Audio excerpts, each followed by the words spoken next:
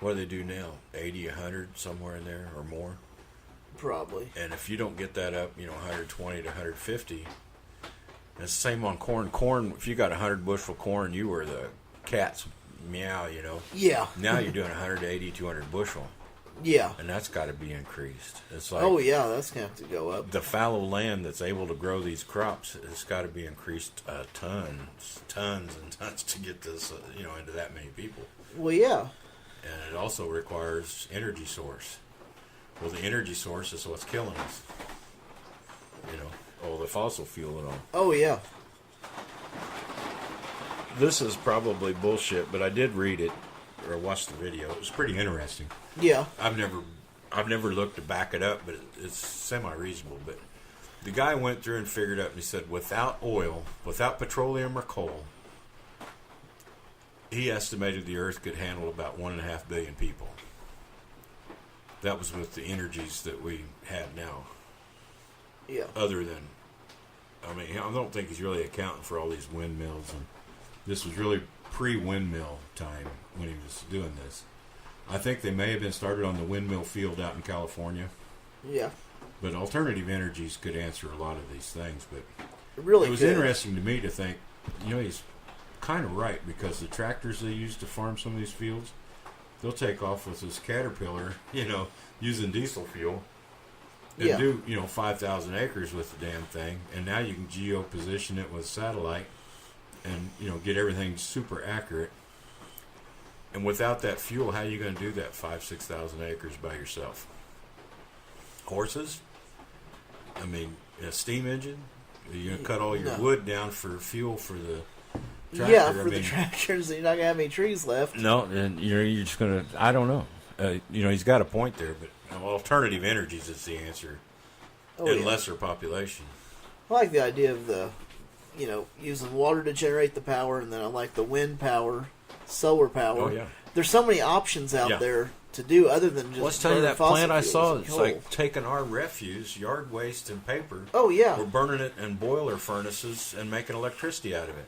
Yeah. Putting all the recyclables in the recycle and throwing all the... They were shredding it, blowing it right into the furnace, making steam, and it was generating electricity. No, that's better than a landfill by far. But it's like, you just can't do that. I don't... and I don't know why they say we can't.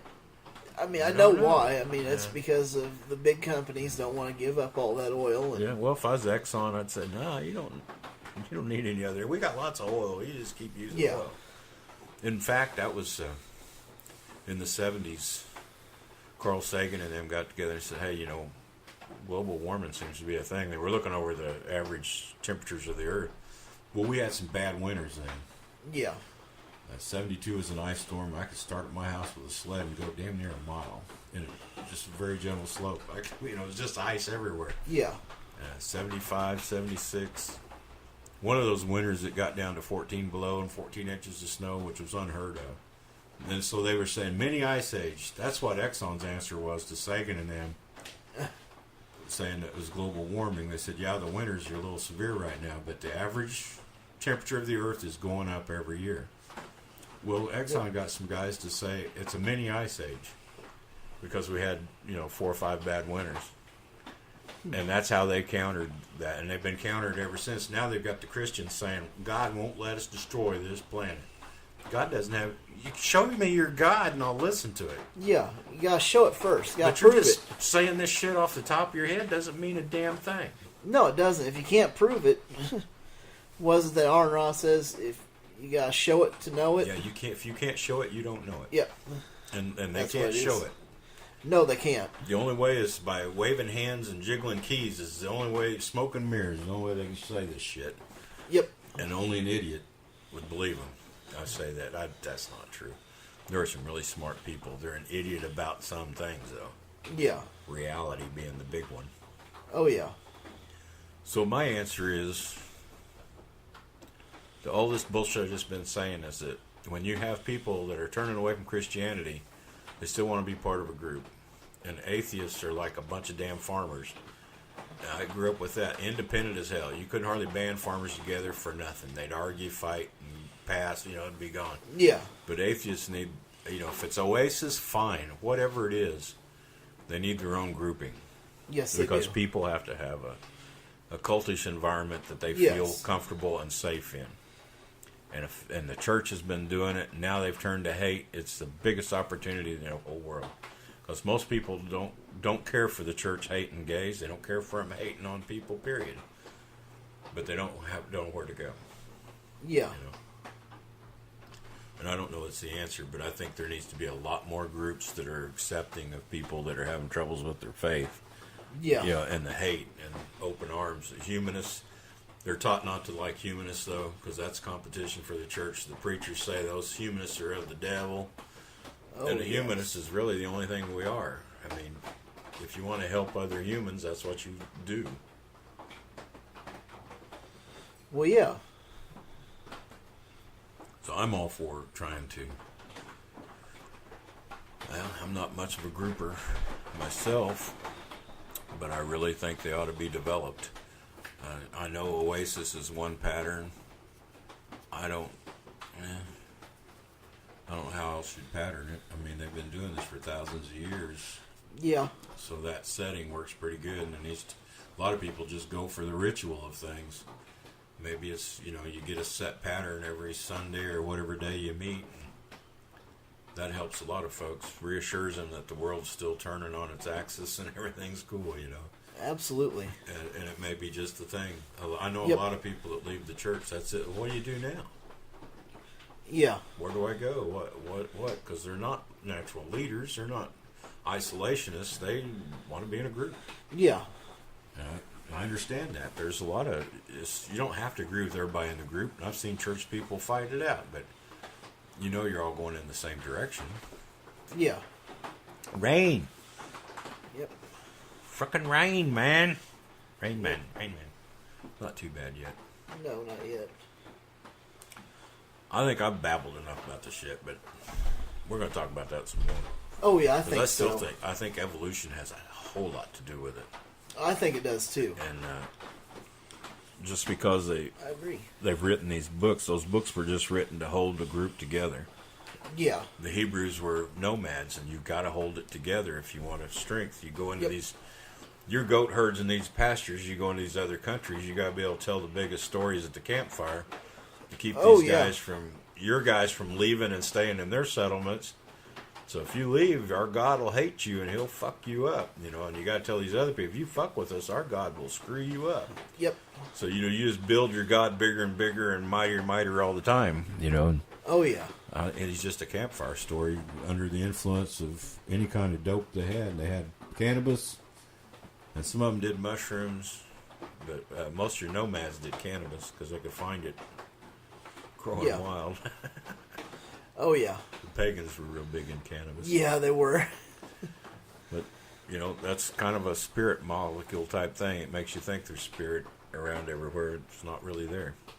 Yeah. Are we ready for... Well, we probably are.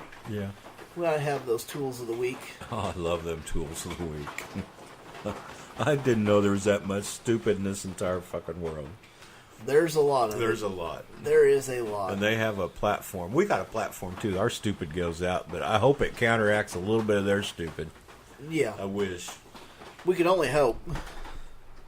If you can handle the raindrops falling on our roof, that doesn't mean my zing be turning red. Yeah, it's quieting down here a little bit. Yeah, we can surely hear these stupid shits over. Oh, yeah, I'm sure, because they got a lot to say. I wish they didn't, but they do. They got a lot to say on themselves. They can't back a damn bit of it, but they got a lot to say. No, but they can say all they want, they can spew all that shit that they want. Well, the first one I got up here is old Jesse Lee Peterson.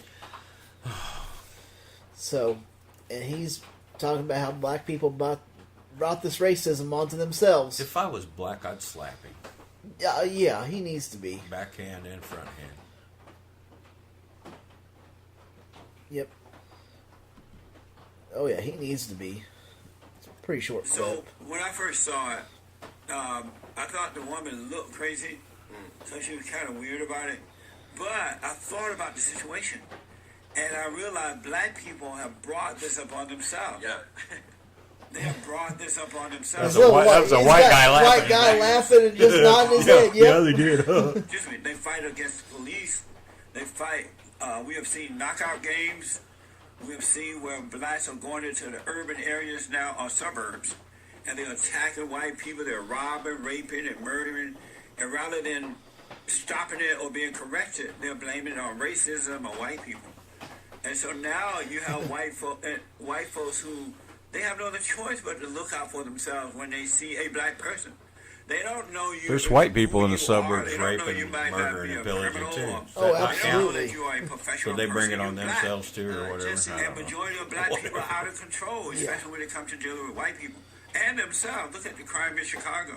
Milwaukee is one of the most. St. Louis. St. Louis is one of the most dangerous areas on this side of heaven. For real. And so if you're white, you got to protect yourself.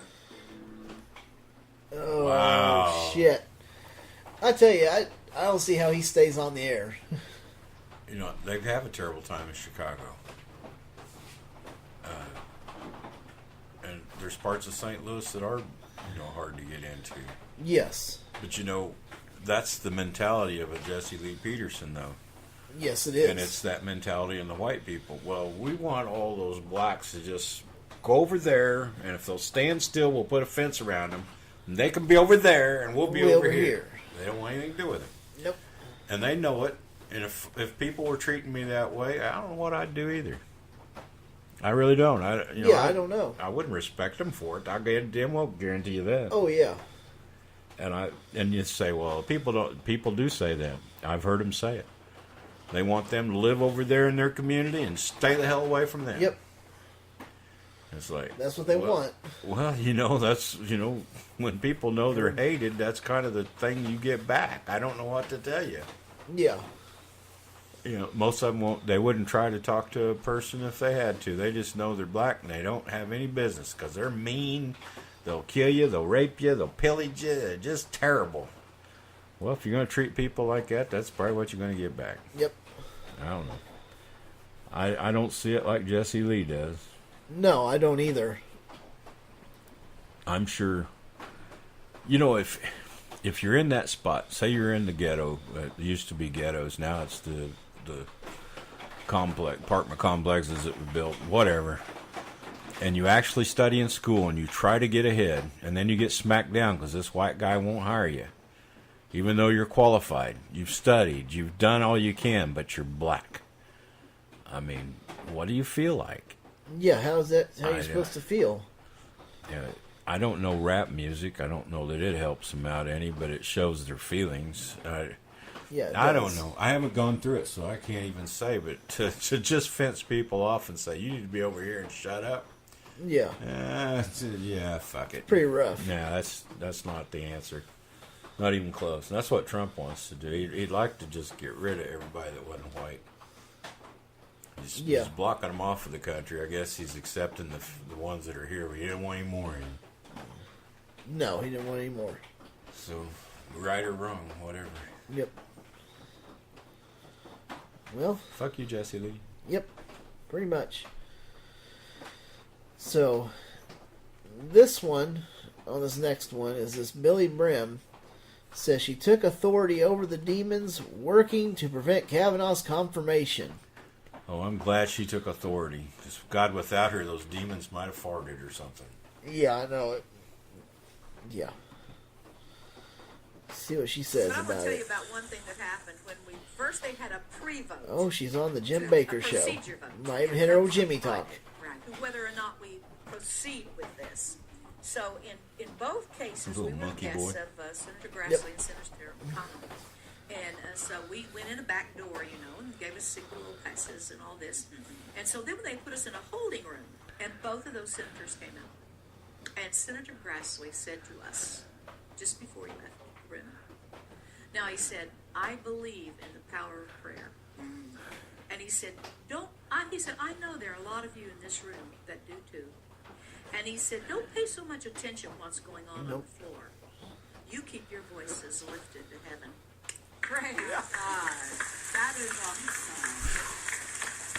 Now that's someone in the